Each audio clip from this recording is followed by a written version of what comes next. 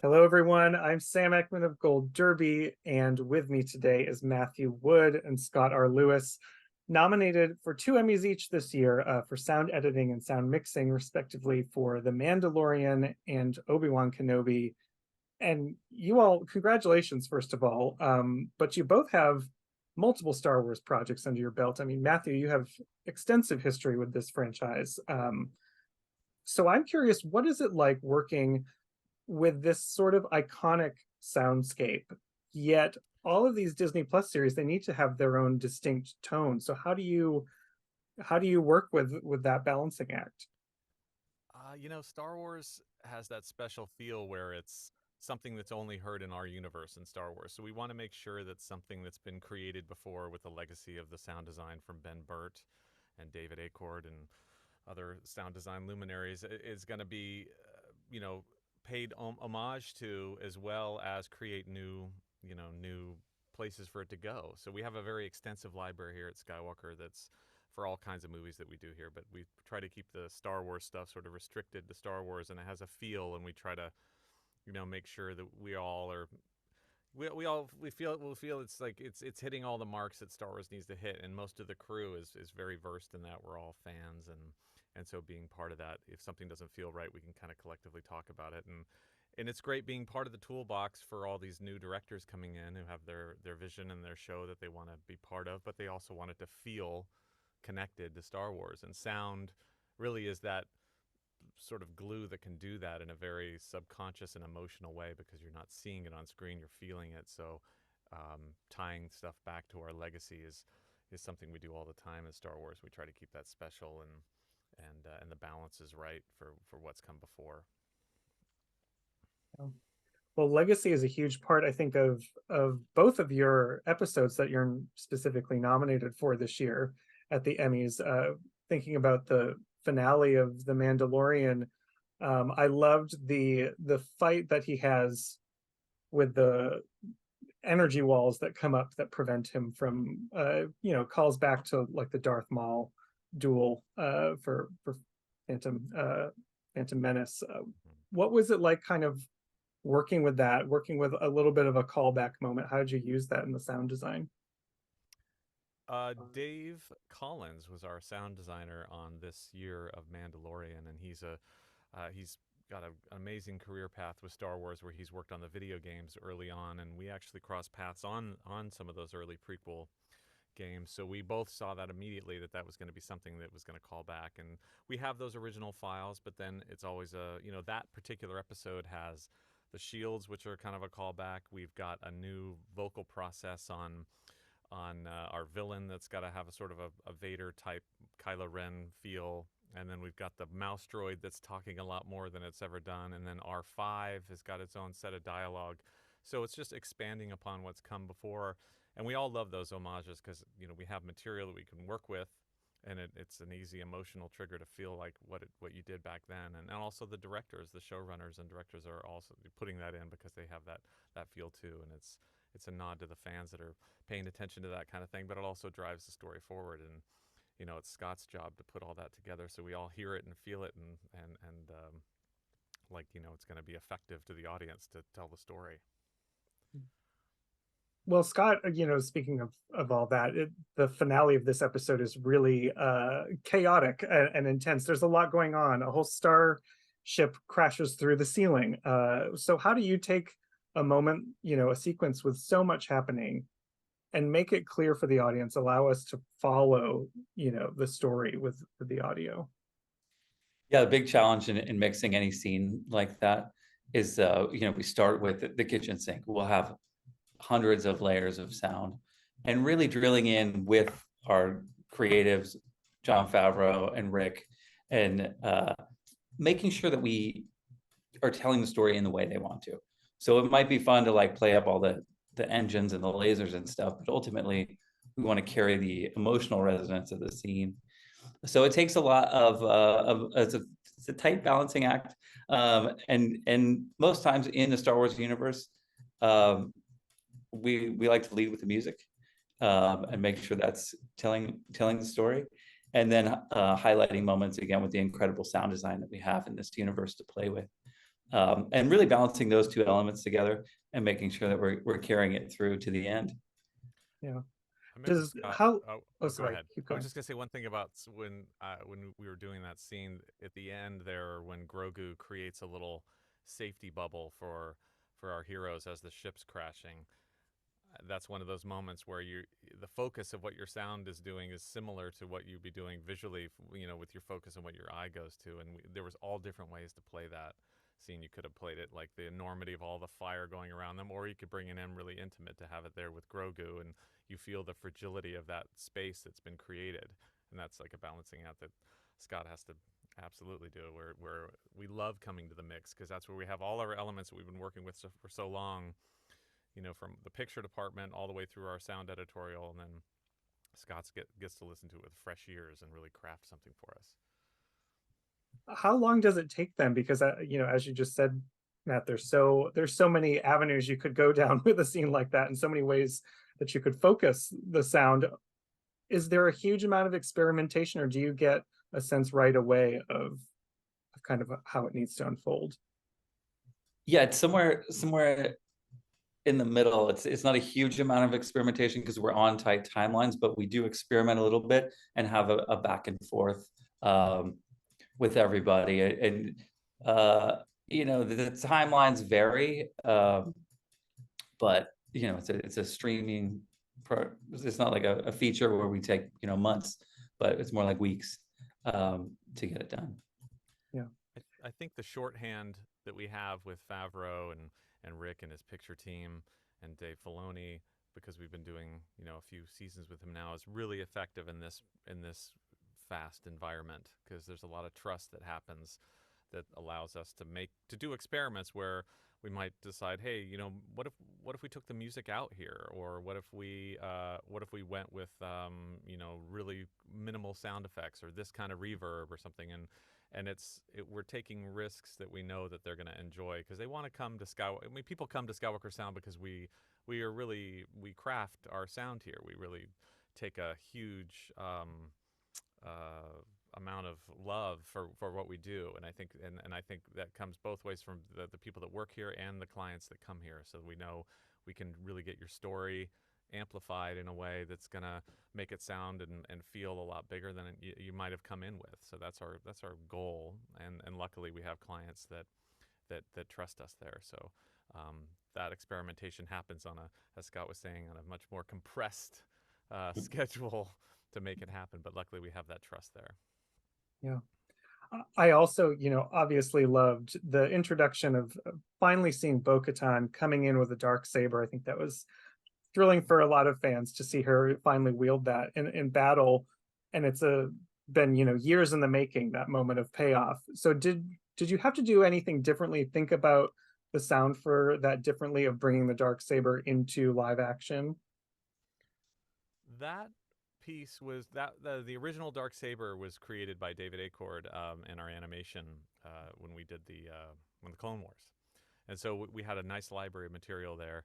But also just featuring, I can't remember, is this the fight with Axe Woves? Axe Woves, is that his name? Is this the fight with him, or when she's doing the showdown, or this is the big fight with I was thinking the big one with Gideon and Yeah. everybody. So that's just a moment where, those frequencies that the blade operates in, I know Dave tried to craft something that would be able to fit in there with the music well. It is a pretty searing sound, so that's Scott's magic to get that in there, so we hear it and feel it where we need to, amongst the music and dialogue. But I think, and Dave Collins had to elaborate on what was created before. But that's another one of those great moments where a laser sword, which is so synonymous with Star Wars, and seeing that legacy from something that's come in the last 15 years, come to final fruition, was exciting for all of us. Yeah. And speaking of legacy, thinking about Obi-Wan, you get to work on Obi versus Darth Vader lightsaber duel. And I think, looking back all the way to A New Hope, these lightsaber fights have evolved in a way where every hit and every strike feels so much more intense than they ever did.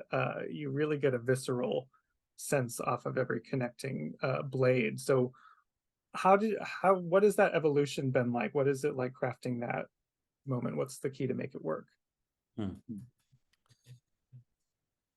Well, there's so much legacy to build on in a lightsaber battle. Being a kid who grew up watching those, burning out the VHS tape, just watching it over and over again. So now as an adult, to be able to actually get my hands on a scene like that, it's like, it's incredible. It's a dream come true to be able to do that. And just to work with those sounds is like, you want to use it's like you're in the laboratory. You're like, okay, we all know these sounds. They're ingrained in our minds. So, using them effectively. And there's been a lot of variation that our sound designers have come up with. Dave Acorn's done incredible work using Ben Burtt's original sounds and making new ones to help, kind of progress that sound from the 70s to now. And ultimately, it's just incredible to be able to work with those sounds. So they cut through anything, and then we're adding John Williams' score in that same scene. So you've got the recipes for success with those two. I think the dynamics of this battle, because it's such these two Titan characters are in their prime, and we really wanted, and the dialogue's pretty tragic in there. I mean, there's a lot of intimacy certainly after the battle sort of winding down, and we have that amazing dialogue between Anakin and Vader. But I think in a moment there, we see even during the battle, like Obi-Wan doing things he's never done before, picking up all those rocks and spinning them around, and then he's also trapped underneath all that rubble, so we have that force back moment. And we just, Deb definitely wanted to have those characters be at the peak of their rage during the battle, and it's like that last.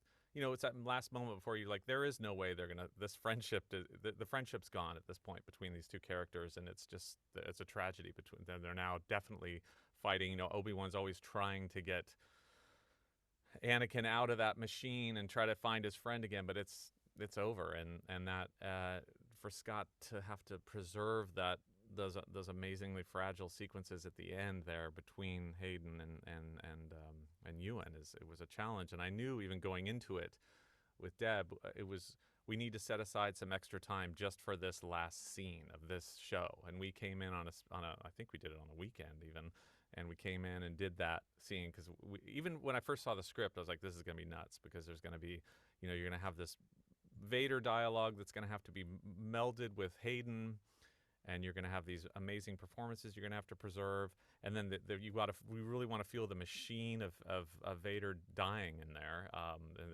that basically, if the second Obi-Wan walks away, he's pretty much dooming his friend to death, is what he thinks, and he's giving his last yells out to Obi-Wan there, and it's huge scene, lots of dynamics. So the mix was a key player in the success of that. Yeah, you used the word Titan actually, and when I rewatched it recently, and I felt like I was watching like a Clash of the Titans, like an ancient, battle of gods that was unfolding. And so I was wondering, some of these shows like Mandalorian has a sort of Western feel, like the lone gunman feel in many episodes. Is there like a tone or that kind of cultural touchstone that you're looking at when you're working on scenes like this? Good question. I mean, the tone usually comes to us through the script, and on Obi-Wan, we definitely had, it was our first time that we had a episodic director also be the showrunner. So she was on all the episodes, which is pretty rare for us to do that, just the amount of time that's required for a job like that. So Deb really took on a lot, and it was so she had a very strong vision of what she wanted the show to be like. And it was funny because early on she was like, I know everyone here might be an expert in Star Wars, but we want to also, she's been working with this show for a long time, and it had come through many iterations before it finally got to where we landed. And she luckily had a very strong vision about where she wanted it to go, and she had brought that through the picture department and into us. I'm not quite sure if there was a touchstone in the show as far as like a Western or whatnot, but I think it was to see these two Titans. I mean, that might be a good word to use, because it was this friendship that had turned tragic, and you're watching it like a tragedy at this point. Yeah. More raw for sure. I mean, I think like when Vader's when his breathing apparatus is getting crushed, and and Obi-Wan's doing those final hits on it to kind of break it. We had a sound that we used. I say we. I was 11 years old watching it in the theater, but there was a sound that we used that was Vader's wheezing from the original, from Return of the Jedi, from the confrontation with Palpatine and Luke, and we'd taken that and twisted that a little bit. We actually used one of the picture department had a Vader voice changer mask that we did weird breathing through there, and then obviously we have all of Hayden and all of James Earl Jones's material to work with. But we wanted things to feel familiar but new and just more intense, like that crushing of. We wanted to really feel that crushing of the breathing apparatus. That this guy is not going to live. He's this is it. This is how we wanted to perceive that. Right. Well, before I let you go, I mentioned before you all have multiple Star Wars projects in your DNA at this point, and it's an exciting time, I think, for the Star Wars universe because it now exists in so many different styles of storytelling. What is it for you that keeps you coming back and keeps this work exciting to you over and over? I don't know if I can. Reach if I can show you this. Let's see. Hold on. That's pretty cool. That's I do like coming to work here at Skywalker.